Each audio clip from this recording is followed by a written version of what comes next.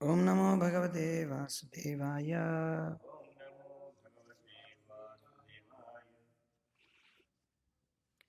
17 అయిపోయింది కదా. అపీచ్య దర్శనం శశ్వత్ సర్వలోక నమస్కృతం.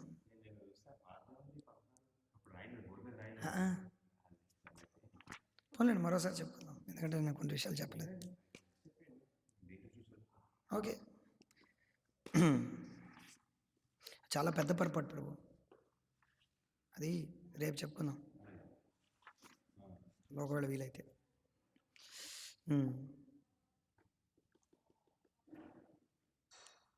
చదువుతున్నది శ్రీమద్ భాగవతం 3వ స్కందం 28వ అధ్యాయం శ్లోకం 17.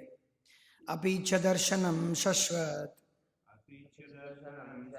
సర్వలోక నమస్కృతం సంతం వయసి కైశోరే భృత్యానుగ్రహకాతరం.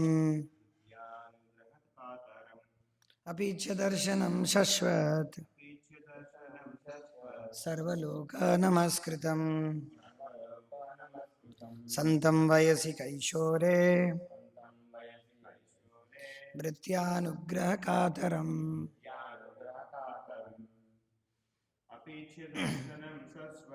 అపీచ దర్శనం శశ్వత్ సర్వలోక నమస్కృతం సంతం వయసి కైశోరే భృత్యానుగ్రహకాతరం.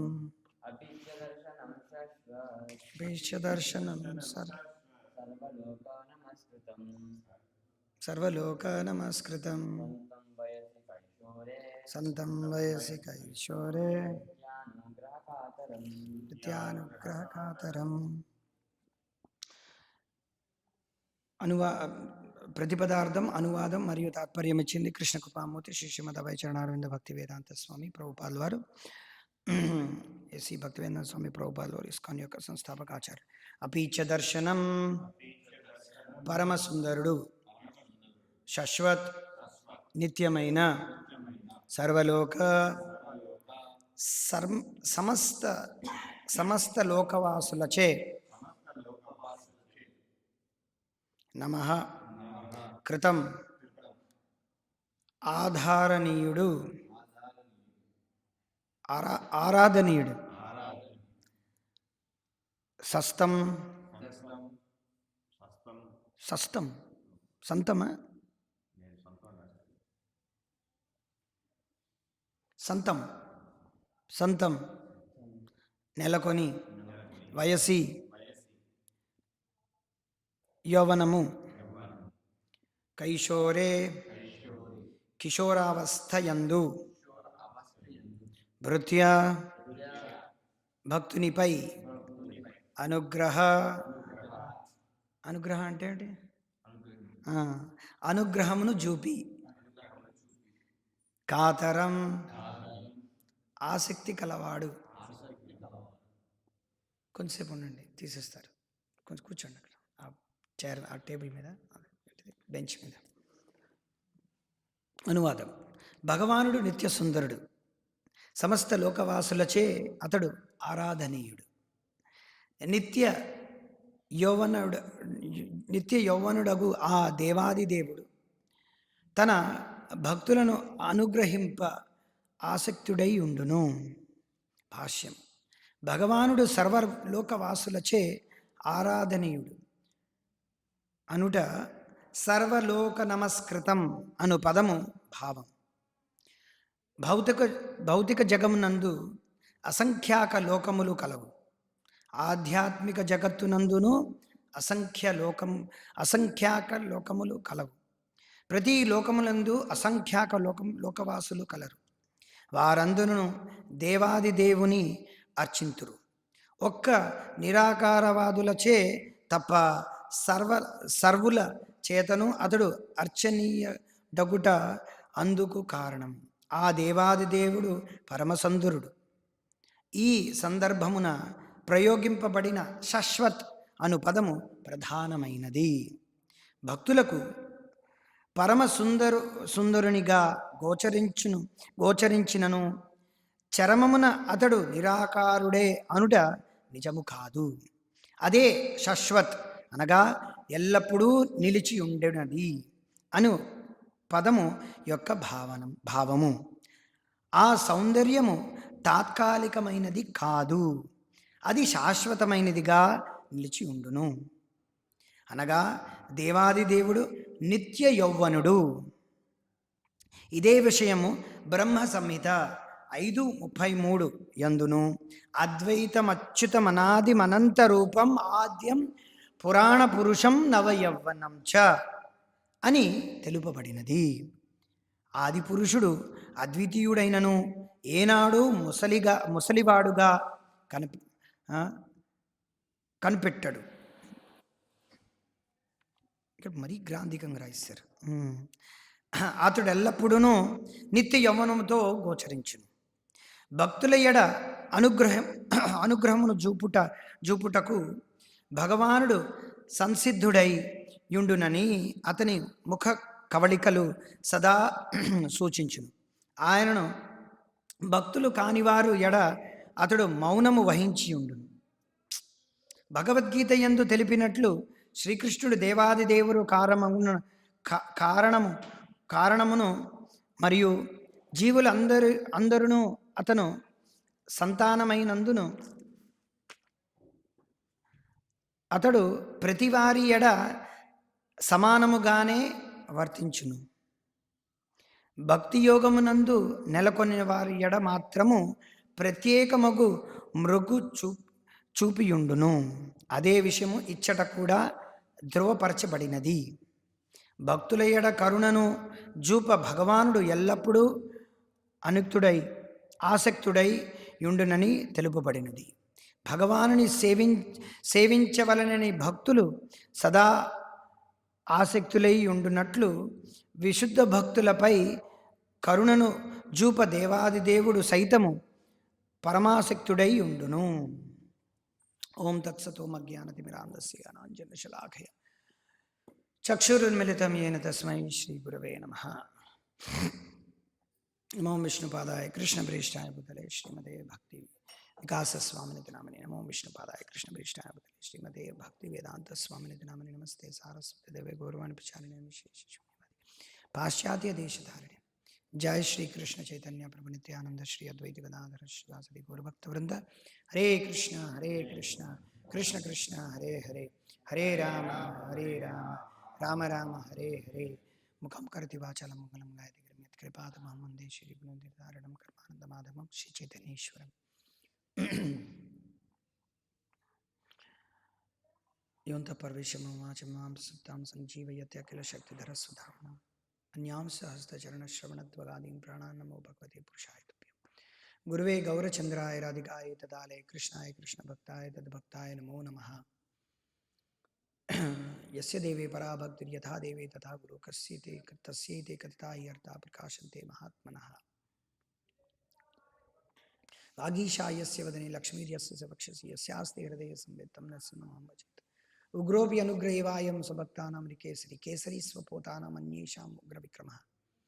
కథాంచిన స్మృతే యస్మిన్ దుష్కరం సుకరం భవేత్ విస్మృతే విపరీతం స్యాత్ కృష్ణ చైతన్య సంయకం.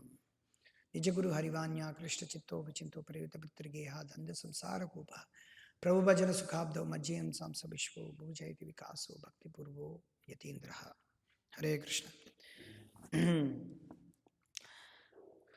ఇక్కడ మనకి భగవానుడికి భగవంతునికి భక్తులకి మధ్యన ఉండేటువంటి వాత్సల్యం గురించి ప్రభుపాదులు చాలా చక్కగా వివరించారన్నమాట.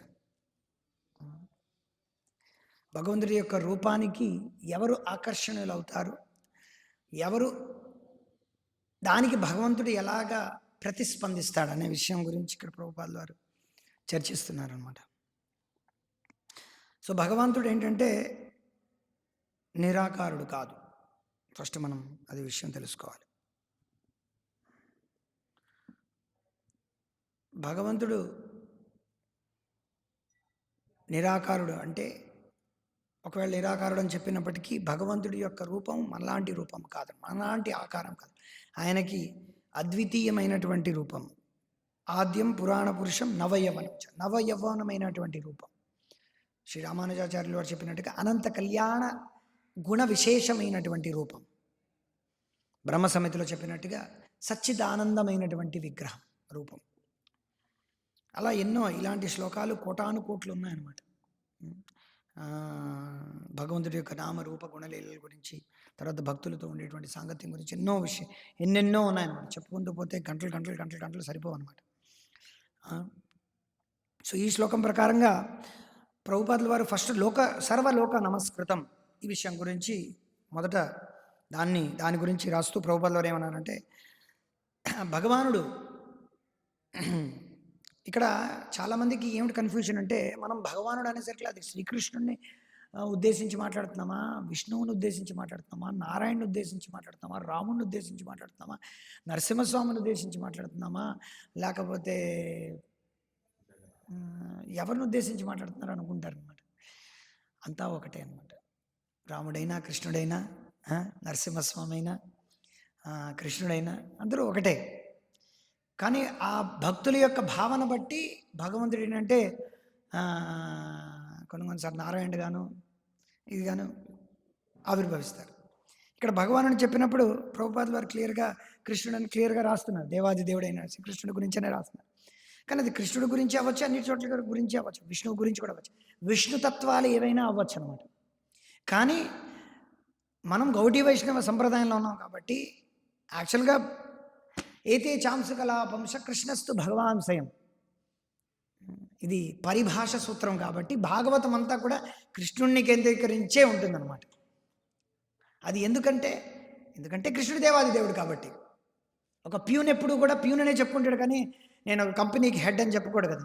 గూగుల్ కంపెనీలో చేస్తున్నప్పటికీ గూగుల్ కంపెనీ చైర్మన్ ఎవడో సుందరం పిచ్చే అంటే సుందరం పిచ్చే నేను కంపెనీకి నేనే అధిపతిననే చెప్పుకుంటాడు, నేను ప్యూన్ అని చెప్పుకోడు కదా.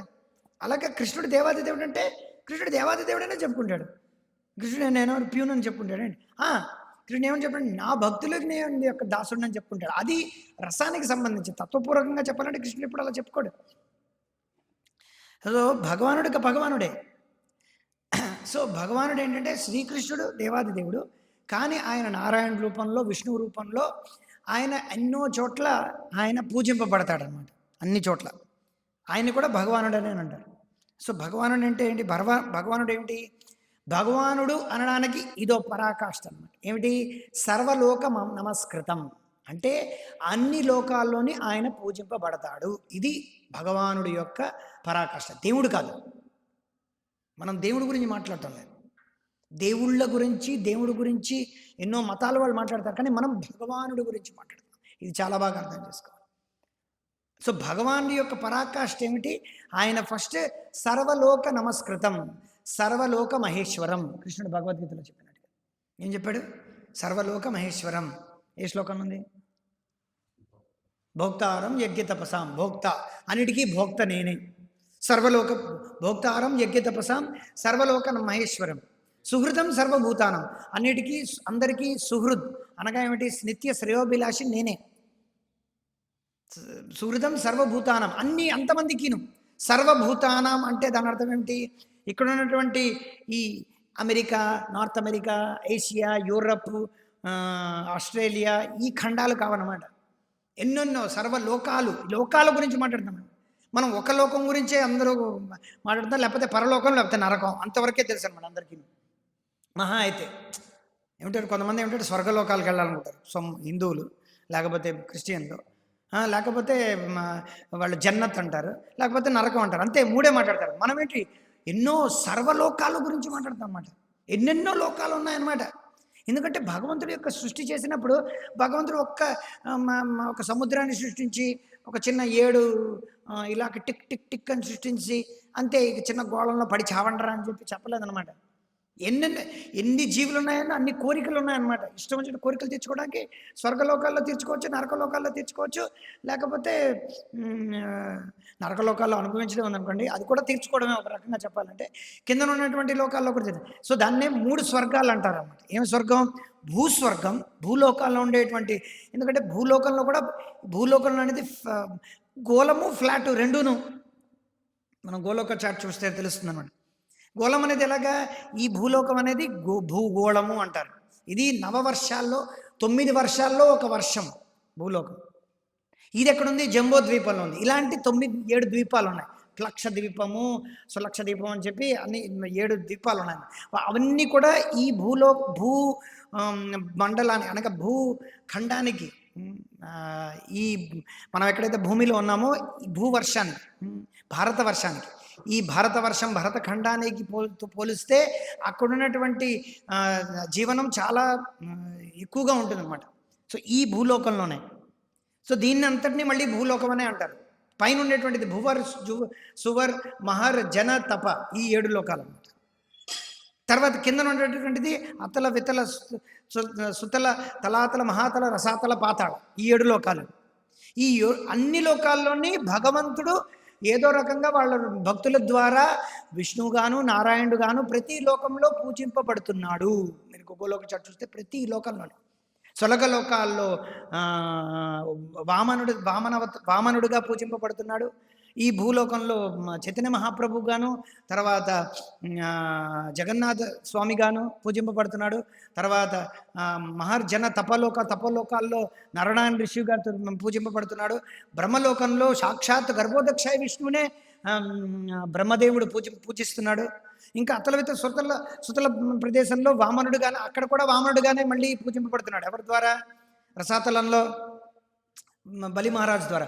సో ప్రతి లోకంలో ఏంటంటే ఆయన పూజింపబడుతున్నాడు వాళ్ళ భక్తుల ద్వారా. అందుకే ఆయన సర్వలోక వాసులచే ఆరాధనీయుడు, సర్వలోక నమస్కృతం. సో మనం ఈ విషయాల గురించి చర్చిస్తున్నాం. సో సర్వలోక మహేశ్వరం అంటే మొత్తం అన్ని లోకాలని ఆయన మాత్రమే మహేశ్వరుడు, ఆయనే అధినేత అనమాట.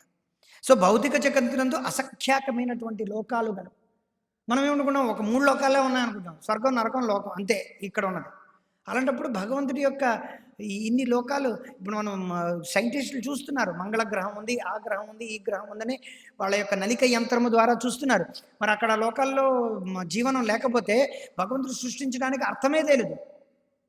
ఒకవేళ వాళ్ళ మతాల్లో ఒకవేళ మిగతా లోకాల్లో సైంటిస్టులు చూస్తున్నారంటే అక్కడ ఎందుకు లేదనే ప్రశ్నకి సమాధానమే అక్కడ లేదనమాట.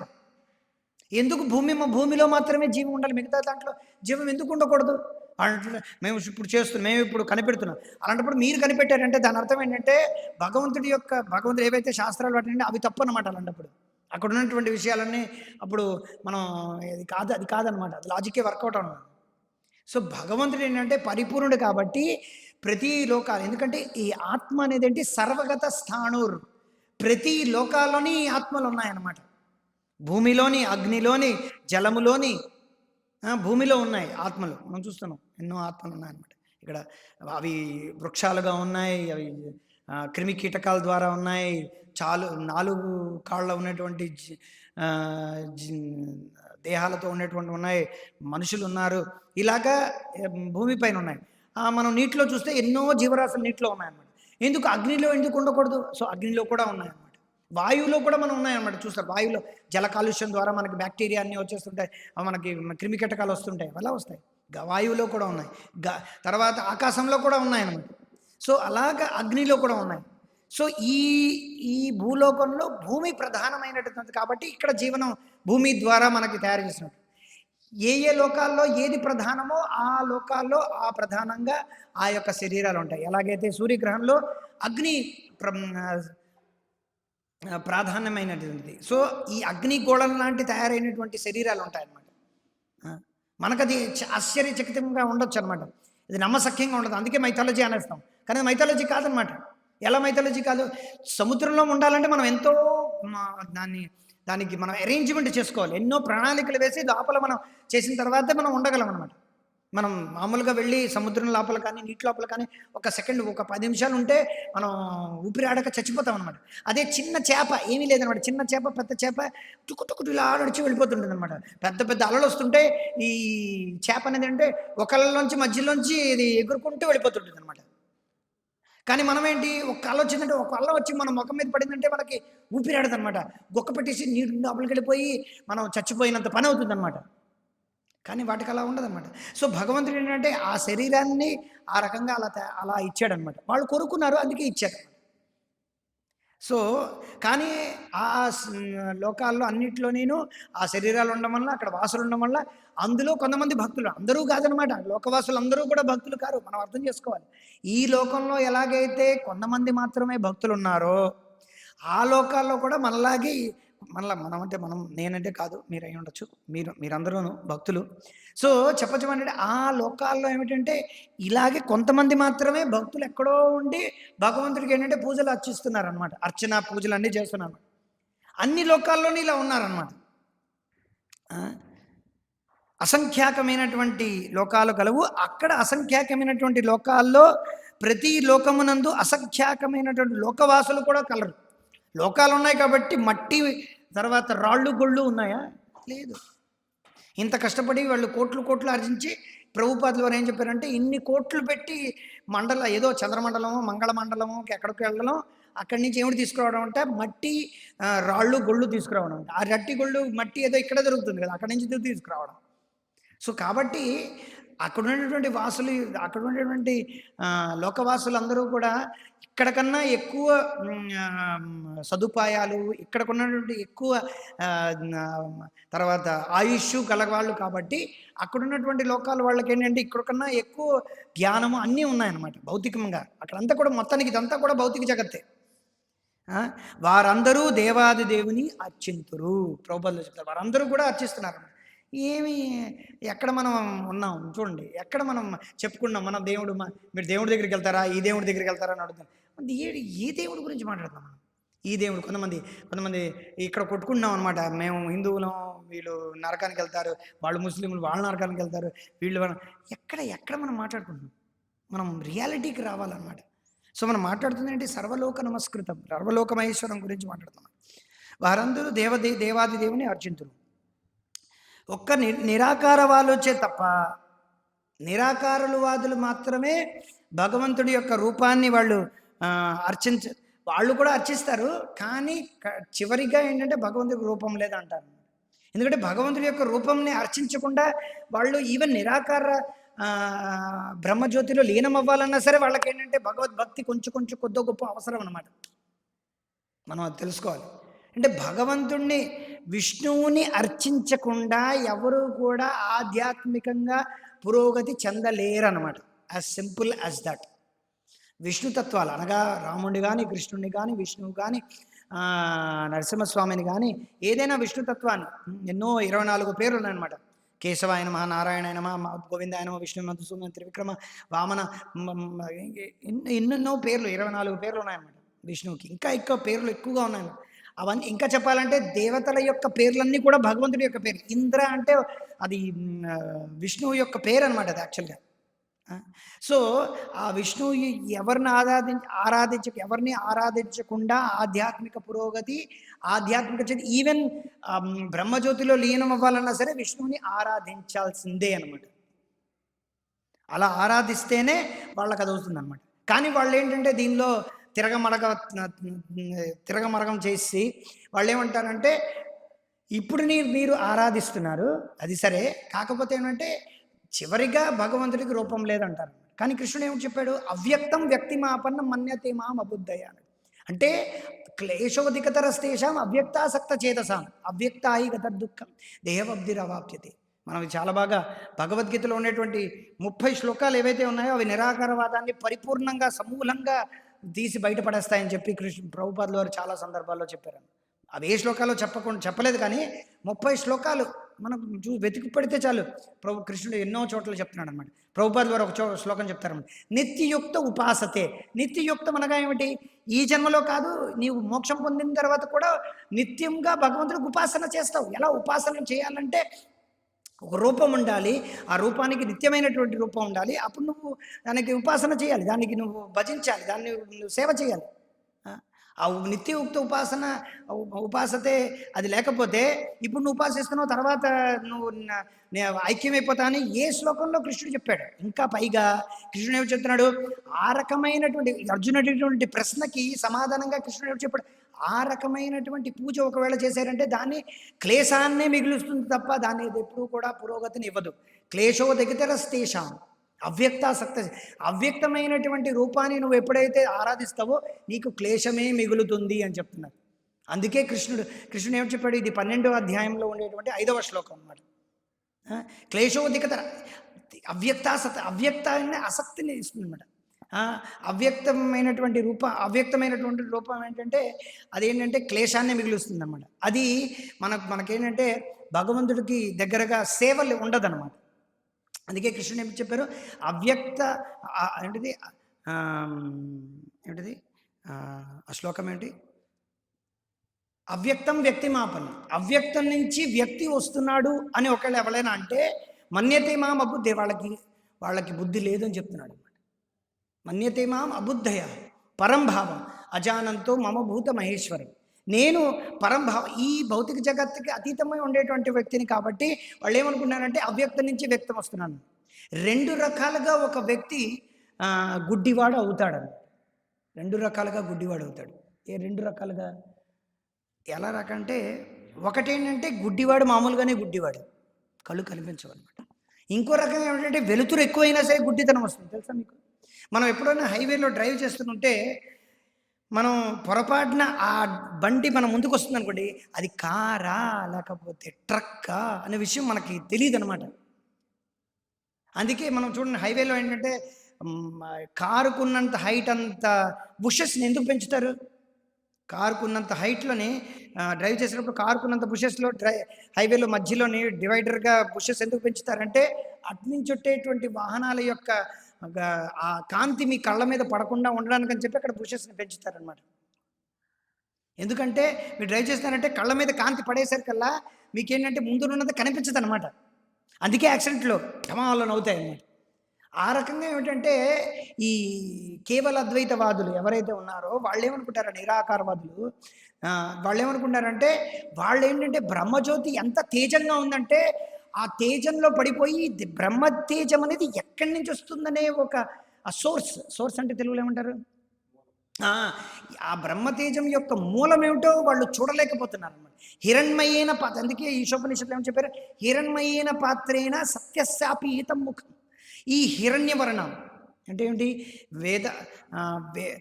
వేదాహమేతం పురుషం మహాంతం ఆదిత్యవర్ణం తమస పరస్తాతం. సూర్యకాంతిని మనం చూడగలమా? చూడలేం అనమాట. సూర్యగోళం కనిపించదు అనమాట. అంత ఈజీగా చూడలేరనమాట. మనం పొద్దున్న అయితేనే సూర్యోదయం అవుతున్నప్పుడు సూర్యుడిని చూడగలం. కానీ ఇంకా ఎక్కువ అవుతున్న కొద్దీ ఇప్పుడు చూడాలంటే చాలా కష్టం అనమాట. ఇంకా చూసినా సరే మన కళ్ళే పోతాయన్నమాట, కళ్ళు నొప్పెట్టేస్తాయి అనమాట. ఇంకా మధ్యాహ్నం సూర్యుడిని చూడాలంటే ఇంకా కళ్ళు పూర్తిగా పరిపూర్ణంగా మనం పోగొట్టుకోవాల్సిందే అనమాట. సో మనం ఆ రకంగా చూడడం వల్ల ఏమనుకుంటారు? సూర్యగోళం లేదు, అక్కడ సూర్య వివస్వానుడు లేడు, ఏమీ లేదు, అదంతా కూడా నిరాకారం అంటే ఎలా అవుతుంది? అలా కాదనమాట. సో చాలా మట్టుగా నిరాకారవాదులు ఏంటంటే ఈ రకంగా ఏమిటంటే వాళ్ళు భగవంతుడి యొక్క ఏదైతే అవ్యక్తం మాత్రమే ఎందుకు అంటున్నారంటే వాళ్ళకి దాని వెనకాతలు ఉండేటువంటి మూలం అనేది కనిపించదు అనమాట. కానీ శాస్త్రంలో చాలా చోట్ల రూపం గురించి చెప్పారనమాట. కాకపోతే ఏంటంటే ఎలా చెప్పారు? ఉపనిషత్తులన్నింటిలో నేను ఏమిటంటే నిర్గుణ, అరూపం ఈ రకంగానే చెప్పారు. కానీ ఎప్పుడైతే ఆచార్యులు వచ్చారో వాళ్ళు దానికి నిజమైనటువంటి ఎందుకు అలా చెప్పారు? డైరెక్ట్గా చెప్పొచ్చు కదా, రూపం ఉందని చెప్పేయచ్చు కదా, ఓ పని అయిపోతుంది. ఎందుకంటే భగవంతుడు ఏంటంటే భగవంతుడు వేదాలు శాస్త్రాలు అన్నీ ఇచ్చిన తర్వాత కూడా ఎన్నో రకాలైనటువంటి వ్యక్తులు ఉంటారనమాట. వాళ్ళందరినీ దృష్టిలో పెట్టుకొని శాస్త్రాలను ఇచ్చారు. కొంతమంది నిరాకారమైనటువంటి రూపం కోసమే అట్రాక్షన్ అనమాట. వాళ్ళకి కొన్ని పురుగులు ఉంటాయి, అవి దేని మీద పడవన్నమాట, ఓన్లీ లైట్ మీదే పడతాయి, వాటికి లైటే కావాలన్నమాట. కొంతమంది పురుగులు డైరెక్ట్గా మనుషుల మీద పడతాయి. అవునా? అలాగా మనుషులు ఏంటంటే కొంతమంది వ్యక్తులు నిరాకారమైనటువంటి రూపం కోసమే అట్రాక్షన్ అనమాట. కానీ వాళ్ళకి తెలియదు ఏమిటంటే నిరాకారం అనేది శాశ్వతమైనది. ఇది యాక్చువల్గా ఏంటంటే నిజమైనటువంటిది కాదు. దీనికి మూలం భగవంతుడి యొక్క మేని కాంతి, భగవంతుడి యొక్క శరీరం నుంచి వచ్చినటువంటి కాంతే ఈ నిరాకార బ్రహ్మజ్యోతి అనేది అర్థం అవ్వాలన్నమాట. ఈ సందర్భమున ప్రయోగింపబడినది శాశ్వత్ అను పదం అన్నమాట. సో భగవంతుడి యొక్క రూపం అనేది శాశ్వతమైనది. భగవంతుడి యొక్క ధామం శాశ్వతమైనది, భగవంతుడి యొక్క రూపం శాశ్వతమైనది, భగవంతుడి యొక్క నామం శాశ్వతమైనది. కాబట్టి భగవంతుడి యొక్క, ఇంకా చెప్పాలంటే ఈ భౌతిక ప్రపంచంలో ఏదైనా వెలుగొందుతోంది, ఏదైనా వెలుగును చూపిస్తోంది, ఏదైనా మనకి కాంతిని చూపిస్తుంది అంటే అది బ్రహ్మజ్యోతి యొక్క కాంతి యొక్క రిఫ్లెక్షన్ అనమాట. ఇంకా చెప్పాలంటే ఈ భౌతిక ప్రపంచంలో సూర్యుడి యొక్క కాంతి, చంద్రుడి యొక్క కాంతి, అగ్ని యొక్క కాంతి, బ్రహ్మచారి యొక్క కాంతి, గురువు యొక్క కాంతి, ఇవన్నీ ఎంతో తేజోమయంగా మనకు కనిపిస్తున్నాయంటే అది బ్రహ్మజ్యోతి యొక్క పరాకాష్ఠని మనం చాలా బాగా అర్థం చేసుకోవాలన్నమాట. సో బ్రహ్మజ్యోతి యొక్క కాంతి కొంచెంగా ఇక్కడ సూర్యుడి యొక్క కాంతిగా మనకు కనిపిస్తుంది అన్నమాట, చంద్రుడి యొక్క కాంతిగా మనకు కనిపిస్తుంది, అగ్నిలో ఉండేటువంటి కాంతిగా కనిపిస్తుంది. సో ఆ కాంతిగా మనకి కనిపిస్తుంది, ఇది శాశ్వతమైనది. కానీ ఇక్కడ ఉండేటువంటి కాంతి అంతా కూడా అశాశ్వతమైనది. సో నిరాకారవాదులు ఇక్కడే బెడిసికొట్టేస్తారు. నిరాకారవాదులు ఏమిటంటే వాళ్ళు శాశ్వతమైనది అని అనుకుంటారు, వాళ్ళకి తెలుసును బ్రహ్మం అనేది శాశ్వతం. కానీ భౌతిక జగత్తునే పదే పదే పదే పదే వాళ్ళు అనుభవించడం వల్ల వాళ్ళు ఏమనుకుంటారంటే ఇది అశాశ్వతమైనది, కాబట్టి భగవంతుడు ఎప్పుడైతే అవతరిస్తాడో అది అశాశ్వతమైనదే అని వాళ్ళు ఏంటంటే భగవంతుడు అవతరించినప్పుడు, అర్చా విగ్రహంగా ఉన్నప్పుడు, భగవంతుడి యొక్క లీలలు, భగవంతుడి యొక్క నామము, రూపము, ఇవన్నీ కూడా మనం అనుభవిస్తున్నది అశాశ్వతమైనది, మనం చూస్తున్నది అశాశ్వతమైనది, మనం చూస్తున్నది ఏదో రోజున ఇది కాలి బూడిదైపోతుంది. కాబట్టి భగవంతుడు కూడా అదే రకంగా ఇక్కడ వస్తున్నప్పుడు అదే భౌతికమైనటువంటి మాయ యొక్క శరీరంతోనే వస్తాడు.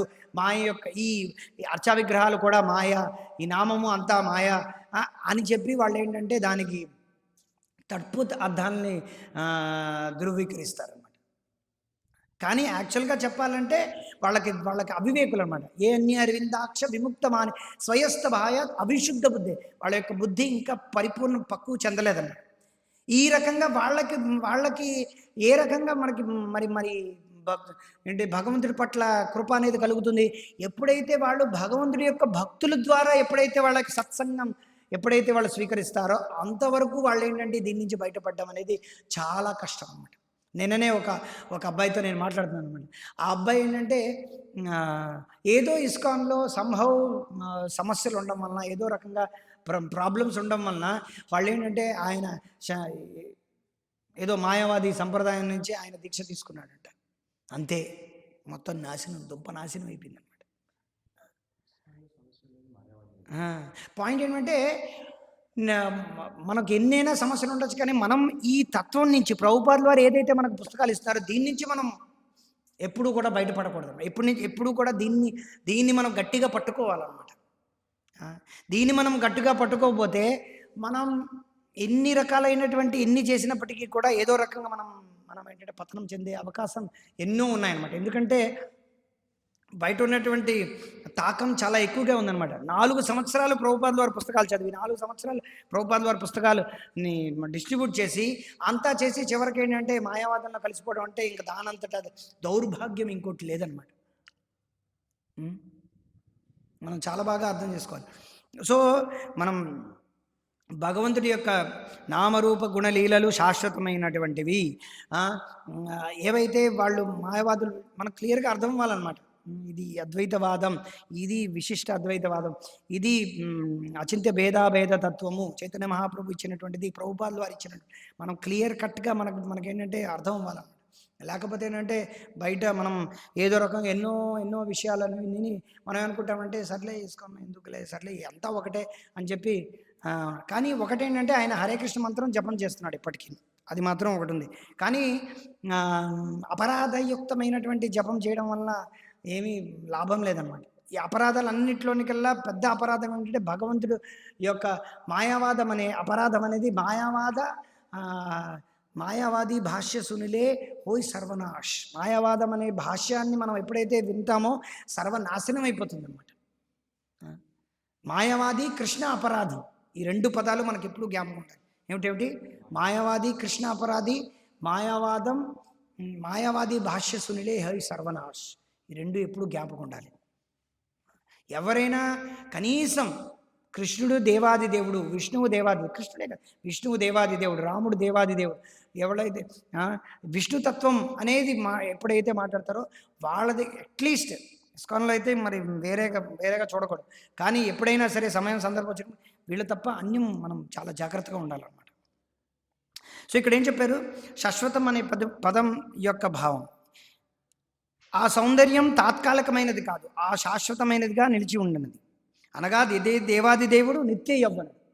ప్రభుపాదుల వారు నిత్య యవ్వనుడు అనే విషయం గురించి అజోపిసన్ అవ్యయాత్మ భూతానాం ఈశ్వరోపిసన్, ఆ శ్లోకం యొక్క తాత్పర్యంలో చాలా క్లియర్గా ఏం రాస్తారంటే, అందరూ చూస్తుండగానే రండి దర్శనం చేసుకోండి, అందరూ చూస్తుండగానే కృష్ణుడు చిన్న వయసు నుంచి కైశోరావస్థ వరకు పౌగంధ వయసు, ఆ రకంగా కృష్ణుడు ఏంటంటే కౌమారం, యవ్వనం, ఈ రకంగా ఏమిటంటే యవ్వనం, ఆయన శరీరం మారుతున్నప్పటికీ ఒక స్టేజ్కి వచ్చిన తర్వాత ఆయన శరీరంలో మార్పు లేదు. ఆయన ఎప్పుడూ కూడా 16 ఏళ్ల అబ్బాయిగానే ఉంటాడు. కొంతమంది బయట వాళ్ళు ఏమనుకుంటారంటే కృష్ణుడు, రాముడు వీళ్ళ యొక్క ముఖ కవళికలు కానీ ఇవన్నీ కూడా ఆడవాళ్ళలాగే ఉన్నాయంట్రా అని అంటారనమాట చాలామంది.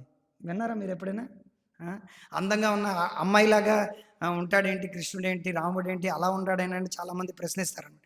యాక్చువల్గా చెప్పాలంటే ఈ భౌతిక జగత్తులో ఏ సౌందర్యం ఉన్నా సరే అది భగవంతుడి దగ్గర నుంచి వచ్చిందనమాట. భగవంతుడు ఏం చెప్తున్నాడు? అహం సర్వస్య ప్రభువు మత్త సర్వం ప్రవర్తతే, ఆయన దగ్గర నుంచే వచ్చిందనమాట. ఈ భౌతిక జగత్తులో ఉండేటువంటి సౌందర్యం అంతా కూడా ఒక రోజున ఏంటంటే ముసలి ప్రాయంతో అయిపోయి అందవిహీనంగా అందవికారంగా అయిపోతుంది అనమాట. మనం చూడొచ్చు. క్యాట్ వాక్, ఇది చాలా ఫేమస్ అనమాట. క్యాట్ వాక్ అంటే ఏమిటి? పిల్లి నడక అంటారు. యాక్చువల్గా పిల్లి నడక అంటే బాగోదు, కానీ ఇంగ్లీష్లో క్యాట్ వాక్ అన్నామంటే చాలా బాగుంటుంది. ఫ్యాషన్ షోలో దానికి ట్రైనింగ్ ఇస్తారనమాట, క్యాట్ ఎలా వాక్ చేయాలనేది ఆడవాళ్ళకి ముఖ్యంగా. ఇలా ఇలా ఇలా ఇలా ఉంటుంది. కాకపోతే ఇదే క్యాట్ వాక్ ఏమవుతుంది? డక్ వాక్గా మారిపోతుంది. డక్ వాక్ అంటే ఏమిటి? ఇలా అనమాట, అంత లావ్ అయిపోయి చర్మం అంతా ఇలా పడిసిపోయి. సో అది కొంతమందికి అవ్వకపోవచ్చు, బట్ ఎంత లేదన్నా సరే క్యాట్ వాక్ అయితే ఉండదన్నమాట. ఈ కళ్ళు ఏవైతే ఉన్నాయో, ఇప్పుడు అందరికీ కళ్ళు అంటే చాలా ఇష్టం అనమాట. కానీ ఈ కళ్ళు మొన్న చర్చించుకున్నప్పుడు మనకి కనుబొమ్మలు చాలా బాగా ఇచ్చారు. మనం ఏంటంటే ఇంత చిన్న బ్రష్ వాళ్ళు మ్యానుఫ్యాక్చర్ చేస్తారనమాట. ఆ బ్రష్తో ఇలా కనుబొమ్మల్ని ఇలాగా మనం దువ్వుకొని ఇలాగా రెక్కల్లాగా ఇలా అవ్వచ్చు అనమాట. బట్ ఒక వ్యాధి ఉందన్నమాట, మగవాళ్ళకైనా రావచ్చు, ఆడవాళ్ళకైనా రావచ్చు. ముసలిప్రాయం అయిన తర్వాత ఒక వ్యాధి ఏమిటంటే ఈ కనుబొమ్మలు అలా పడిపోతాయి అన్నమాట, మళ్ళీ లేవు అన్నమాట. అది ఎంత చేసినా, ఎంత ఆపరేషన్లు చేసినా సరే లేవు. కొంతమంది హీరోయిన్లు ఉన్నారు. నేను చిన్నప్పుడు అనగా మా ఫాదర్ యవ్వన ప్రాయంలో ఉండేటప్పుడు, మీ నాన్నగారు మా నాన్నగారు యవ్వన ప్రాయంలో ఉండేటప్పుడు కొంతమంది సినీ తారలు ఉండే వాళ్ళ యొక్క ఇప్పుడు ఇంటర్వ్యూలను చూస్తే ఈ సోకాళ్ళు జమున వీళ్ళందరూ వాళ్ళ యొక్క కనుబొమ్మలు కొంతమందికి పడిపోయాయి అన్నమాట. వాళ్ళు ఇంటర్వ్యూ ఇస్తున్నారు కానీ వీళ్ళు ఇలా ఉన్నారు అన్నమాట ఇంటర్వ్యూలో. ఏమమ్మా ఏమైందంటే, అంతే పడిపోయింది, మేమేం చేయలేము, అది పరిస్థితి. మీ యవ్వన ప్రాయం ఏమవుతుందంటే ఒక రోజున అన్నీ పడిపోతాయి అన్నమాట. కొంతమంది ఏమిటంటే ఈ స్క్రీన్లు అన్నీ పెట్టుకొని, అబ్బా మా మెగాస్టార్ ఎంత బాగున్నాడు రా, మా సూపర్ స్టార్ ఎంత బాగున్నాడు, ఏంటంటే నాగార్జున ఇంకా ఎలా ఉన్నాడు, అదంతా కూడా షో బాటిల్ షో అనమాట. అదంతా షో బాటిల్. వాళ్ళ యొక్క బట్టలు విప్పమనండి, అంతే కనిపిస్తుంది అనమాట. మొత్తం అంతా కూడా పడిపోయినటువంటి మొత్తం అంతా కూడా లోపలికి వెళ్ళిపోయి ఈ తొళ్ళన్నీ పడిపోయి వాడు నడవలేక మనల్ని ఎంతలాగా వాళ్ళు చీట్ చేస్తున్నారనే విషయం మనకి అర్థం కాకపోవడం మన యొక్క దౌర్భాగ్యం అనమాట. కానీ ఇక్కడ కృష్ణుడు ఏం చెప్తున్నారు, ఇక్కడ ఏం చెప్తున్నారు? ఆ సౌందర్యం తాత్కాలికమైనది కదా, అది శాశ్వతంగా నిలిచి ఉండును. మనం ఎందుకంటే వీళ్ళందరినీ చూసి మనకేమిటంటే విరక్తి పుట్టి, భగవంతుడు కూడా అదే సౌందర్యంతో ఉంటాడని చెప్పి మనం ఏమనుకుంటాం, భగవంతుడు సర్లే వచ్చాంలే చూసాంలే వాడికి ఏం రూపం ఉందని మనం అనుకుంటాం అన్నమాట. కాకపోతే ఇది నిత్య సౌమ్యమైనటువంటిది. నేను ఒకసారి ఈ ర్యాలీలో ఉండేటువంటి జగన్మోహిని కేశవ స్వామి యొక్క మందిరానికి వెళ్ళి నేను ఆశ్చర్యమైపోయాను అనమాట. భగవంతుడి యొక్క రూపం ఎంత అందంగా ఉన్నది విషయం మనకు అక్కడికి వెళితే నాకు కళ్ళారా ఆ పూజారి చూపించాడు అనమాట. ఆయన ముందు కనిపించేది విష్ణు రూపం, వెనకది మోహిని రూపం. అసలే ఎలాంటిది! సో ఆ మోహిని అనడానికి పరాకాష్ట అంతా కూడా అన్నీ క్లియర్గా కనిపించడం అంతా కూడా సో ఇది ఎన్నో లీలలు ఉన్నాయన్నమాట. డైటీస్ పాస్ టైమ్స్ అనే ఒక ప్రవచనం కూడా మహారాజుది ఉంది. సో విగ్రహాల యొక్క ఆరాధన ఎవరైతే చేస్తారో వాళ్ళకి శాశ్వతంగా భగవంతుడు ఏంటంటే సాక్షాత్తుగా చూపిస్తున్నాడు అనమాట. ఆయన ఎలాగ నిత్య సౌందర్యవంతుడైనటువంటి వ్యక్తిని. ఎంతోమంది విగ్రహారాధనలో ఉండి ఉండి వాళ్ళ యొక్క ఎందుకు ప్రభుపాదుల వారు విగ్రహారాధన ఎందుకు మొదలుపెట్టారు? ఎందుకంటే భగవంతుడు శాశ్వతమైనది, ఆయన ఒక వ్యక్తి. మనం యొక్క సౌందర్యం అశాశ్వతమైనది, భగవంతుడు శాశ్వతమైనది ఒక వ్యక్తి. నీ యొక్క సౌందర్యం కాదు అని నిరూపించడానికి భగవంతుడి ప్రభుపాదులు ఏంటంటే ప్యారిస్ ఈశ్వర, లండన్ ఈశ్వర అంటారనమాట. ఫ్రాన్స్లో ఉండేటువంటి ఆడవాళ్ళు చాలా అందమైనటువంటి వాళ్ళు. ప్రభుపాదులు ఏం చెప్పారంటే ప్యారిస్ ఈశ్వర అనే మందిరాన్ని స్థాపించి అక్కడ ప్యారిస్ ఈశ్వర, కృష్ణుడికి పేరు ప్యారిస్ ఈశ్వర అని పెట్టి ప్రభుపాదులు వారు ఏమంటే now he has come to enjoy the French girls అని చెప్పారనమాట ప్రభుపాదులు వారు. అఫ్కోర్స్ ఈ ఏమంటారు రుక్మిణీదేవి చెప్పినట్టుగా ఎవరైనా ఒక వ్యక్తి మాంసకృతులతో తయారు చేసినటువంటి వ్యక్తి ఒక భార్య తాను మాంసం గుర్తులతో తయారైనటువంటి శరీరం కలిగినటువంటి భర్త తానని రక్షించగలడని అనుకోవడం అంత అవికేకం ఇంకోటి లేదని చెప్పి రుక్మిణీదేవి కృష్ణుని ప్రార్థిస్తాం. అది మనం చదివితే ప్రస్ఫుటంగా స్పష్టంగా ఉంటుందన్నమాట. కానీ నీ యొక్క సౌందర్యం శాశ్వతమైనది అని చెప్తుందన్నమాట. అంటే పోలుస్తుంది అనమాట. ఈ రకంగా మనం కానీ అది చదివితే మనకు పిచ్చెక్కిపోతుంది అనమాట. అది లెటర్లో రాస్తుందన్నమాట ఆవిడ రుక్మిణీదేవి. సో ఈ రకంగా ఏమిటంటే కృష్ణుడు మాంసకృతులతో మనం మాంసకృతులు తినాలన్నమాట.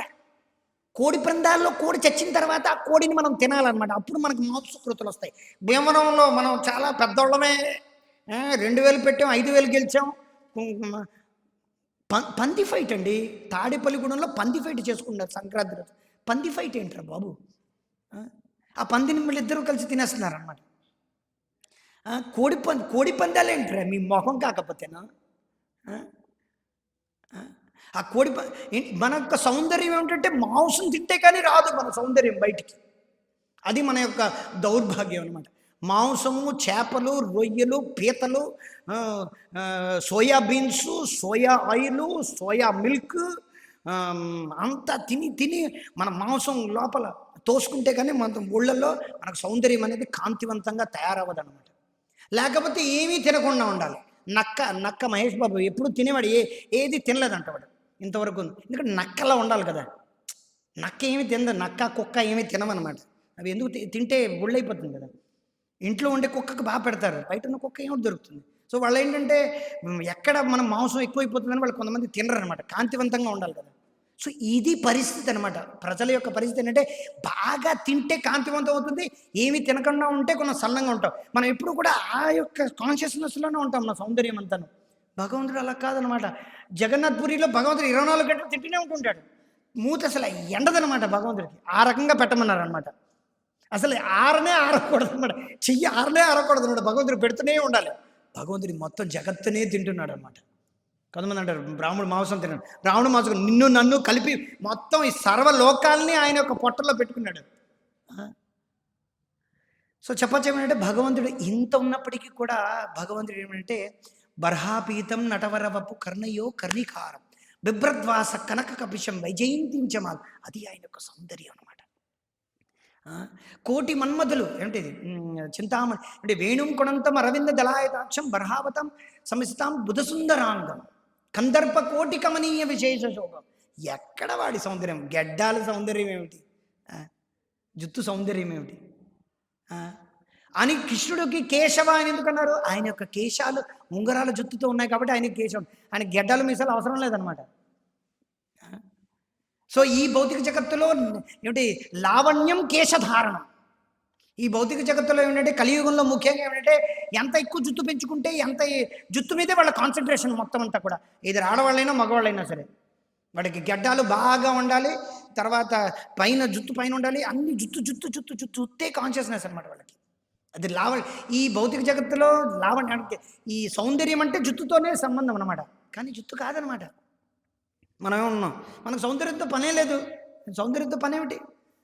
మనవి శరీరమే, సౌందర్యం అనేది తాత్కాలికం అన్నమాట.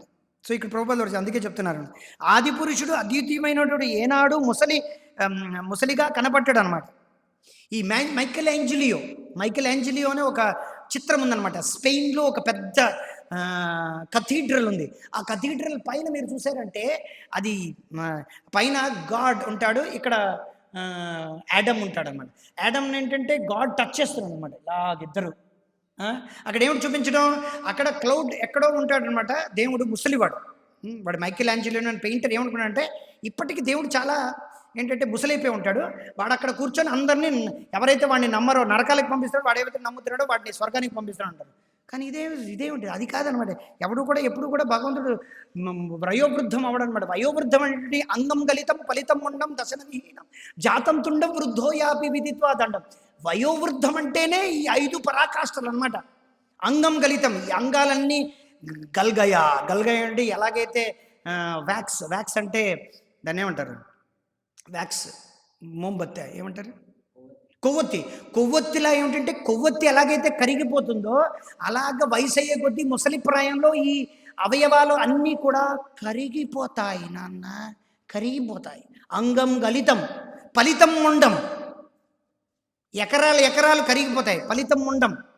కొంతమంది ఏంటంటే ఇక్కడే జుత్తు బాగా ఎక్కువగా వస్తుంది, వాళ్ళు ఎక్కువగా పెంచుకుంటారు. ఎంత ఎక్కువగా పెంచుకొని ఇక్కడి నుంచి జుత్తు ఇలా గీస్తారు. ఈ జుత్తు అనేది ఇక్కడి నుంచి వచ్చి ఇలా ఇక్కడ ఈ పట్టబుర్రను ఏంటంటే కప్పివేస్తుంది అనమాట. చూడండి వాడికి ఎంత జుత్తు పట్ల, ఎంత బుర్ర పట్ల ఆకర్షణ అంటే వాడు విగ్గుకి ఖర్చు పెట్టుకోలేడు కాబట్టి ఇక్కడి నుంచి గీసుకొని ఇదంతా ఇక్కడ బాగా పెంచుకొని ఇక్కడి నుంచి గీసుకొని కొంతమంది ఇలాగా ఎకరాలు పోతాయి. కొంతమంది ఏం చేస్తారు, బార్బర్ షాప్కి వెళ్ళి ఆ స్ప్రే ఏదో కొట్టిస్తారనమాట, బ్లాక్ స్ప్రే ఏదో ఉంటుంది. దానివల్ల వాళ్ళకి ఎంత కూడా బ్లాక్గా కనిపిస్తుంది. రేపే పెళ్లి కొడుకు కదా, పెళ్లి కొడుకు కనిపిస్తే అంతా పట్టపుర అయితే ఎవడు చూస్తాడు. సో పాయింట్ ఏంటంటే ఇక్కడ అంగం గలితం ఫలితం ఉండం, ఎకరాలు పోతూ ఉంటాయి. ఇక్కడి నుంచి మనకి వృద్ధాప్యం అనేది తెల్ల వెంట్రుకల్ని మీకు చెవులో చెప్తూ ఉంటుంది అనమాట. నాన్న నువ్వు ముసలివాడు అయిపోతున్నావు, నువ్వేం చేస్తావు, ఆ నూరిని మోసేస్తావు అనమాట, నల్లగా ఎర్రగా వేసి. అంగం గలితం ఫలితం దశన విహీనం జాతం తుండం అని ఈ పళ్ళన్నీ పడిపోతాయి అన్నమాట. దశన విహీనం వృద్ధో యాపి వృధిత్వా దండం. వృద్ధాప్యంలో ఉండేటువంటి దండం ఏమిటి, సన్యాస దండం కాదనమాట, ఇంకో 3వ దండం వచ్చేస్తుంది అనమాట. ఇవన్నీ చూశాడు, బుద్ధుడు చూశాడు. అందుకే మన మహారాజ్ క్లాస్లో ఏమని చెప్తున్నారు, old age in Krishna consciousness. ఆ ప్రవచనంలో ముసలిప్రాయం, కృష్ణ చైతన్యంలో ముసలిప్రాయం. ఆ ప్రవచనంలో ప్రభుపాద మహారాజ్ ఏం చెప్తున్నారంటే, ఒకవేళ మనం ఎప్పుడు కూడా స్కూళ్ళకి కాలేజీలకి వెళ్ళి ప్రవచనాలు ఇస్తుండే, మీరు కొన్నిసార్లు వయోవృద్ధ ఆశ్రమానికి కూడా కొన్నిసార్లు బ్రహ్మచారిని తీసుకెళ్ళాలి. కొన్నిసార్లు ఈ స్కూల్ చిల్డ్రన్ తీసుకెళ్తారు కదా, కొన్నిసార్లు టూర్కి వస్తారు, మందిరానికి వస్తారు. మన ఇస్కాన్ మందిరాలను కూడా చాలా మటుకు స్కూల్స్ అన్నీ కూడా సందర్శిస్తాడు. కొంచెం వయోవృద్ధ ఆశ్రమానికి కూడా వెళ్ళాలన్నమాట. అప్పుడు తెలుస్తుంది వాళ్ళు ఏంటంటే విరోచనాలు ఆపుకోకుండా అలాగే వెళ్ళడం. మహారాజ్ చెప్తున్నారు అన్నమాట. అలాగే మొత్తం అంతా కూడా వాళ్ళెవడో క్లీన్ చేసిన వాళ్ళు ఇంకోళ్ళు వాళ్ళు అక్కడెక్కడే వాంతి చేసుకోవడం, వాళ్ళు వాంతి చేసుకున్నప్పుడల్లా దాని నుంచి కఫం రావడం, వాళ్ళ కళ్ళ కింద ఏంటంటే చోరికలు వచ్చేసి కళ్ళు బాగా కనిపించకపోవడం, జుత్తంతా రాలిపోవడం, మొత్తం బట్టలన్నీ ఒక రకంగా ఇదైపోవడం, వికారంగా ఉండడం, నడవలేకపోవడం, కాళ్ళు పడిపోవడం, తిన్నది అరక్కపోవడం, అంతా కూడా కంపుగా ఉండడం. అదంతా కూడా వృద్ధాశ్రమం యొక్క ఇదనమాట. ఎందుకు ఇలా తయారయ్యే వృద్ధాశ్రమం? ఎందుకంటే వర్ణాశ్రమ వ్యవస్థ మనం కోల్పోయాం. వర్ణాశ్రమంలో అలా వృద్ధాప్యంలో ఉండడం అనమాట. ఈ వృద్ధాప్యం వచ్చే ముందర వాళ్ళకి ఎక్కడికో పోయి ఏమంటాడు దాన్ని ఏమంటాడంటే, వాట్ ఈస్ దట్, ఆ మరణం ఏమంటారంటే, దాని మరణం ఉందన్నమాట. మరణం పేరు మర్చిపోయాను. ఏమిటిది, అజ్ఞాత మరణం అనమాట. యాక్చువల్గా చెప్పాలంటే వైదిక సంస్కృతి అంటే అజ్ఞాత మరణం అనమాట. ఇంకా చెప్పాలంటే ఆడవాళ్ళు మాత్రమే ఇక్కడ ఉండి చనిపోవడం అంటూ ఉంది. కానీ ఎవరైనా పురుషులు ఉన్నారంటే వాళ్ళు 50 సంవత్సరాలు పోయిన తర్వాత పిల్లల చేతికి ఇచ్చేసి వాళ్ళు మరించారు లేదో కూడా తెలియదు అనమాట. అజ్ఞాతంగా వెళ్ళిపోతారనమాట. దేనికి ఉత్తరాన ముందు నడుచుకుంటూ వెళ్ళిపోతారు అంతే. మరి రారనమాట. ఉత్తరాన నడుచుకున్నానంటే మరి ఇంకా రానని అర్థం అన్నమాట. సో ఈ రోజుల్లో ఎవరు చేయకపోవడం, వాళ్ళ మూతి, ముక్కు, ఇంకా వేరే రంధ్రాలు ఏవైతే ఉన్నాయో అన్నిట్లోని పైపులు పెట్టేసి వాళ్ళు ఏంటంటే చివరికి హాస్పిటల్లో చనిపోతున్నారు. కనీసం భక్తుల మధ్యలో చనిపోతే కనీసం ఎవరైనా తులసి దళమైనా వేస్తారు, గంగాజలమైనా వేస్తారు. అక్కడెవడో వేస్తే నువ్వు హరే కృష్ణ మంత్రం కూడా గట్టిగా చెప్పలేవు. గట్టిగా చెప్తే సైలెన్స్ ఐసీయూలో గట్టిగా మాట్లాడకూడదు అంటారు. ఇదేం వాద? సో ఏంటంటే అలాగ భగవంతుడు ఏమిటి ట్యూబులు పెట్టుకొని ముసలి ప్రాయంలో భగవద్గీత చెప్పలే. అర్జున నేను నీకు భగవద్గీత అహం సర్వస్య ప్రభవో మత్త సర్వం ప్రవర్తతే అర్థం చేసుకో అర్జున, నేను 125 వర్షాలు అలా ఏం చెప్పలేదన్నమాట కృష్ణుడు. ఆ?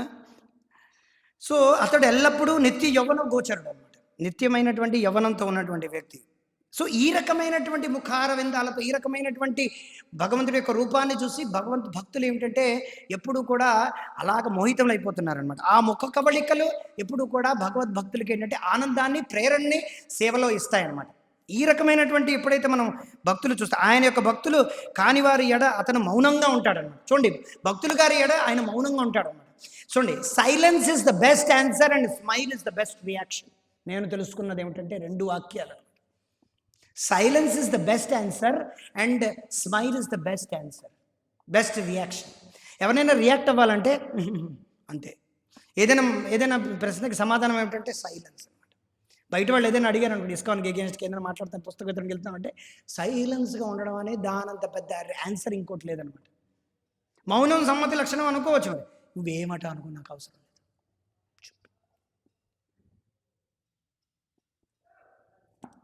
సో ఆయన భక్తులు కాని వారి ఎడ ఆయన మౌనంగా ఉంటాడు. ఎందుకంటే ఏమంటారు దాన్ని, మూర్ఖాయ ఉపదేశోయి ప్రకోపాయన శాంతయ్య. తెలుసా, మూర్ఖుని మనస్సు ఎప్పుడూ కూడా రంజింపజేయలేమన్నమాట. మూర్ఖుడికి ఎంత మనం ప్రచారం చేస్తే అంత కోపాగ్ని వస్తుంది తప్ప ఆయన ఎప్పుడూ కూడా నిర్మల స్వభావం అవ్వదన్నమాట. ఆయన మట్టుగా ఆయన తన్నులు తిని జీవితంలో, ఎందుకంటే మనిషి కాబట్టి ప్రతివాడు తన్నులు తింటాడనమాట. ఈ భౌతిక ప్రకృతి ఎవరిని వదలదన్నమాట. వాడు మట్టుకు వాడు తెలుసుకొని వస్తాడే తప్ప ఎన్ని మనం ప్రవచనాలు ఇచ్చినా సరే కొంతమందికి బుద్ధి రానే రాదనమాట. ఇక్కడ క్లియర్గా చెప్తున్నాను, ఆయనను భక్తులు కాని వారి ఎడ అతను మౌనంగా ఉంటాడు. ఇంకోటి చెప్పాలంటే భగవద్భక్తులు ఎప్పుడు కూడా మౌనంగా ఉండరు అనమాట. ఆయన మౌనంగా ఉంటారు, కానీ భగవద్భక్తులు ఎప్పుడు కూడా వాళ్ళ దగ్గరికి వెళ్ళి ఎంత రిస్క్ అయినా సరే వాళ్ళ దగ్గరికి వెళ్తారు. ఇంకో రకమైనటువంటి అర్థం చేసుకోవడం. భగవంతుడు మౌనంగా ఉంటాడు, కానీ భగవంతుడు ఇప్పుడు భగవద్గీత ఏం చెప్పడం లేదు. భగవద్భక్తులు ఏం చేస్తారు, ఎక్కడ పడితే ఎక్కడికి భగవద్గీత చెప్పడానికి వెళ్తారు. అంటే ఎలా చెప్పడానికి వెళ్తున్నారు, ఎందుకంటే ఆయన మౌనంగానే ఉంటాడు. ఆయన చెప్పమన్నారు. కొంతమంది అంటారనమాట, భగవంతుడు ఏమైనా చెప్పమన్నాడా ఏంటి రోడ్డు మీద పడి ఇలాగా భగవద్గీత ప్రచారం చేయమని, ఏమైనా చెప్పమన్నాడా ఏంటి? చెప్పాడు.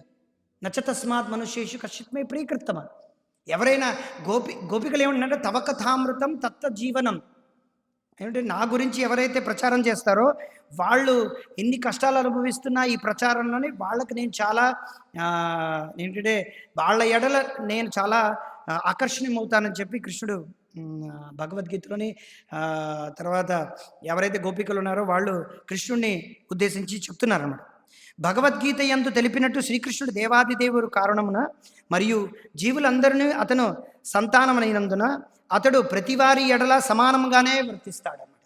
సమూహం సర్వభూతేషు నమే ద్వేషోస్తి నా ప్రియ.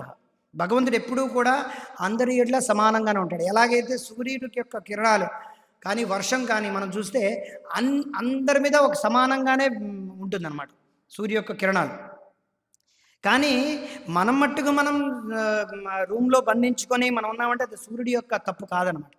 కానీ ఎవరైతే భక్తులు ఉన్నారో వాళ్ళ ఎడల కృష్ణుడు సమూహం సర్వభూతేషు నమే ద్వేషం. సో ఎవరి పట్ల ద్వేషం కానీ ఎవరి పట్ల ఆకర్షణ కానీ భగవంతుడికి లేదన్నమాట. కానీ ఎవరైతే భక్తులు భగవంతుడి ఎడ భక్తి భావంతో ఉంటారో వాళ్ళకి ప్రత్యేకమైన శ్రద్ధ భగవంతుడు ఇస్తారనమాట. కానీ చాలామంది బయట వాళ్ళు ఏమనుకుంటే భగవంతుడే పుట్టిస్తున్నాడు, భగవంతుడే ఇవన్నీ చేస్తున్నాడు. కానీ భగవంతుడు ఇవన్నీ చేయటం లేదన్నమాట. భగవంతుడు మనకొక ఏమంటాడు ఒక ఫెసిలిటీని అందజేస్తాడు అనమాట. ఏ విధంగా అయితే తన యొక్క కొడుకుని గురించి తండ్రి ఎలాగైతే అన్ని ఫెసిలిటీస్ ఇస్తాడన్నమాట. కాలేజీలో చదవడానికి డబ్బు ఆయన ఇస్తాడు, బోర్డింగ్ లాడ్జింగ్, ఫోన్ ఆయన కొనిస్తాడు, కెమెరా ఫోన్ అంటే బైకు అన్నీ ఆయన కొనిస్తాడు. ఆ కొనిచ్చినప్పుడు అక్కడ జరిగేటటువంటి అవార్డ్స్ కానీ రివార్డ్స్ కానీ అన్నీ ఆ అబ్బాయి కానీ అమ్మాయి కానీ ఆ విద్యార్థి కానీ అన్నీ అనుభవిస్తాడు. కానీ అక్కడ జరిగేటువంటి ఏదైనా ప్రాబ్లమ్స్ వచ్చాయంటే తండ్రి దగ్గరికి వెళ్ళి తండ్రి దానికి బాధ్యుడు కాదనమాట, ఆ అబ్బాయే బాధ్యుడు, ఆ విద్యార్థే బాధ్యుడు అనమాట. ఆ రకంగా ఏంటంటే భగవంతుడు ఏంటంటే ఈ భౌతిక జగత్తు అంతా సృష్టించి మనకేంటంటే ఒక ఫెసిలిటీ ఇస్తున్నాడు. So we are rebellious souls. అందరూ రెబెల్ స్టార్ అనుకుంటారు, కానీ మన అందరం రెబెల్ స్టార్స్, మనందరం రెబెలియస్ సోల్స్ అనమాట. So we are rebellious of God. మనందరూ రెబెలస్గా వచ్చి భగవంతుడి దగ్గర నుంచి ఈ భౌతిక జగత్తుకు వచ్చాం అన్నమాట. సో ఈ భగవంతుడి ప్రిజన్ హౌస్ కాబట్టి ఈ ప్రిజన్ నుంచి ఎలా బయటపడాలనే మార్గాన్ని భగవంతుడు భగవద్గీత శాస్త్రాల ద్వారా ఇచ్చాడు. మనం ఎప్పుడైతే ఆ శాస్త్రాలని, భగవద్గీతని ఇవన్నీ చదివి ఈ ఆధ్యాత్మికమైనటువంటి గురువుల ద్వారా మనం ఎప్పుడైతే సందేశాలని శ్రవణం చేస్తామో, ఈ భగవంతుడి యొక్క నామరూప గుణలీలని భాగవతం ద్వారా శ్రవణం చేసిన తర్వాత భగవంతుడి యొక్క లీలను ఎప్పుడైతే వింటామో అప్పుడు ఈ ప్రిజన్ నుంచి మనం బయటపడి భగవంతుడి యొక్క ఆధ్యాత్మిక ప్రపంచాన్ని చేరుకోగలం. సో ఇక్కడ భగవంతుడు ఏం చెప్తున్నాడు? భక్తి యోగం నందు నెలకొనిందిన వారి ఎడ మాత్రమే ప్రత్యేకమగు మొగ్గు చూపిస్తానని చెప్తున్నాడు అన్నమాట. అంటే ఏమిటి? సమూహం సర్వభూతేషు నమే దేశోస్తి నా ప్రియ ఏ భజంతితు మాం భక్త్యా నిత్యయుక్త ఉపాసతే అన్నారు. ఎవరైతే నాకు భజన చేస్తారో, ప్రభుపాదుల వారు దీనికి చాలా మంచి ఉదాహరణ ఇచ్చారు. ఏమిచ్చారంటే, మీరు ఒక పార్కులో మీ పిల్లలు, మీ యొక్క ఫ్రెండ్స్ యొక్క పిల్లలు అందరూ ఆడుకుంటున్నారు, కానీ మీ పిల్లల పట్ల మీకు ప్రత్యేకమైనటువంటి శ్రద్ధ ఉంటుంది. ఎవరైనా పిల్లడు పడిపోయాడు అనుకోండి, మహా అయితే వాడికి ఏంటంటే అయ్యో పడిపోయావా అబ్బాయి అమ్మాయి అని చెప్పి వాళ్ళకి కొంచెం ఇచ్చేసి అని చెప్పి ఓకే తర్వాత మనం మహా అయితే వాళ్ళకి కొంచెం కేర్ తీసుకుంటాం. ఓకే ప్రతిరోజు ఫోన్ చేసి అడగొచ్చు. కానీ మీ పిల్లడే కనుక పడిపోయి దెబ్బలు తగిలే అనుకోండి, మీరు చాలా ప్రత్యేకమైనటువంటి శ్రద్ధ తీసుకుంటారు అన్నమాట. సో ఆ రకంగా మనం ఎప్పుడైతే ఆ రకంగా ఏంటంటే భగవంతుడి పట్ల మనం ఎప్పుడైతే భక్తి భావనతో ఉంటామో ఆటోమేటిక్గా యోగక్షేమం వహామ్యహం, ఇది మనం విన్నాం. యోగక్షేమం వహామ్యహం అని చెప్పి ఎల్ఐసి బోర్డుల్లోనే చూసామే తప్ప అది ఎక్కడి నుంచి వచ్చిందనే విషయం ఎవరికి చాలామందికి తెలియదు అనమాట. ఎక్కడుంది? అనన్యాస్ చింతయంతో మాం ఏ జనా పర్యుపాసతే తేషాం నిత్యాభియుక్తానం యోగక్షేమం వహామ్యహం. ఐఐటి మెడ్రాస్ ఏంటిది ఏం తెలుసా? ఐఐటి మెడ్రాస్ ఏంటిది? కర్మజం ఏంటిది? అదేందో ఉందన్నమాట, దాన్ని మర్చిపోయాను. యోగ కర్మషు కౌశలం, ఇది భగవద్గీత యొక్క సూత్రం అనమాట. యాక్చువల్గా ఐఐటి మెడ్రాస్ అని రాసి ఉంటుంది, కింద యోగ కర్మషు కౌశలం అని రాసి ఉంటుంది. You become expert by doing work అనమాట. యాక్టివిటీ అంటే గాడిదలా పనిచేయడం అనమాట అమెరికాలో. అది కాదు అక్కడ విషయం. కానీ ఇవన్నీ సూత్రాలన్నీ భగవద్గీత భాగవతం నుంచి తీసుకోవడము, చదివించేదేమో ఏంటిది నాస్తికత్వం. సో దీనివల్ల ప్రయోజనం లేదనమాట. సో యోగక్షేమం వహామ్యం అంటే దాని ముఖ్యమైన అర్థం ఏమిటంటే, ఎప్పుడైతే అనన్యమైనటువంటి చింతన ద్వారా మనం ఎప్పుడైతే భగవంతుడికి సేవ చేస్తాం, అనన్యాస్ చింతయంతో మాం ఏ జనా పర్యుపాసతే, ఈ రకమైనటువంటి ఉపాసన చేస్తామో తేషాం నిత్యాభియుక్తానం, ఈ రకంగా మనం ఎప్పుడైతే భగవంతుడికి సేవ చేస్తామో ఆ రకంగా ఎప్పుడైతే చేస్తామో అప్పుడు మనకి భగవంతుడి యొక్క యోగక్షేమాలన్నీ భగవంతుడు చూస్తాడు. ఇప్పుడు ఎన్నో జీవరాశులు ఉన్నాయి. 84 లక్షల జీవరాశుల్లో 4 లక్షల జీవరాశులు మాత్రమే మనుషులు అన్నమాట. మిగతా 80 లక్షల జీవరాశులు భగవంతుడిని నమ్మవు. భగవంతుడు అంటే ఏమిటో తెలియదు అనమాట. ఎన్నో ఏనుగులు ఉన్నాయి, 50 కేజీలు తింటాయి. గుర్రాలు ఉన్నాయి, ఎన్నెన్నో తింటూ ఉంటాయి. ఆ తర్వాత సింహాలు ఉన్నాయి, పులులు ఉన్నాయి, ఎన్నో జీవరాశులు ఉన్నాయి. ఆఫ్రికా జంగల్లో పెద్ద పెద్ద ఏనుగులు ఉన్నాయి, అవన్నీ 50 కేజీలు తింటారు. ఏ భగవంతుడిని పూజిస్తున్నాయి వాళ్ళు? యేసుని పూజించడం లేదు, రాముడిని పూజించడం లేదు, అల్లాని పూజించడం లేదు, ఎవరిని పూజించడం లేదు. కానీ వాటికి కావాల్సినటువంటి డైట్ కంట్రోల్ ఏమిటి కావాలో వాటికి ఉంది. వాళ్ళకేమి షుగర్ కంప్లైంట్లు రావడం లేదు, వాళ్ళేమి అపోలో హాస్పిటల్స్కి వెళ్ళడం లేదు, వాళ్ళేమి ఎప్పుడు పడితే ఎప్పుడు బీపీ మాత్రలు ఏమి చెక్ చేసుకోవడం లేదు.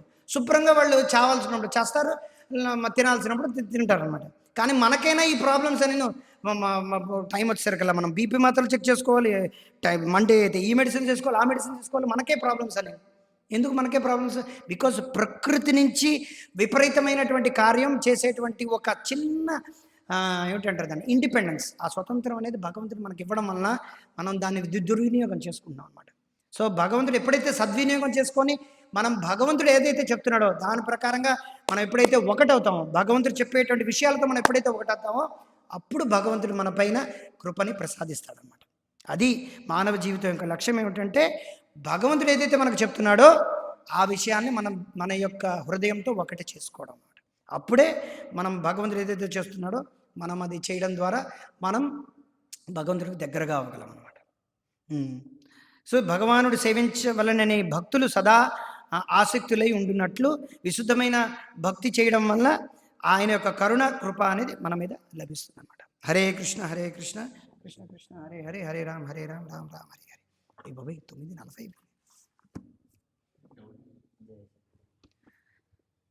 వాంఛాకల్పతరుభ్యశ్చ కృపా సింధుభ్యశ్చ శ్రీమద్ భాగవతం की जय, श्रील प्रभुपाद की जय। हरे कृष्ण।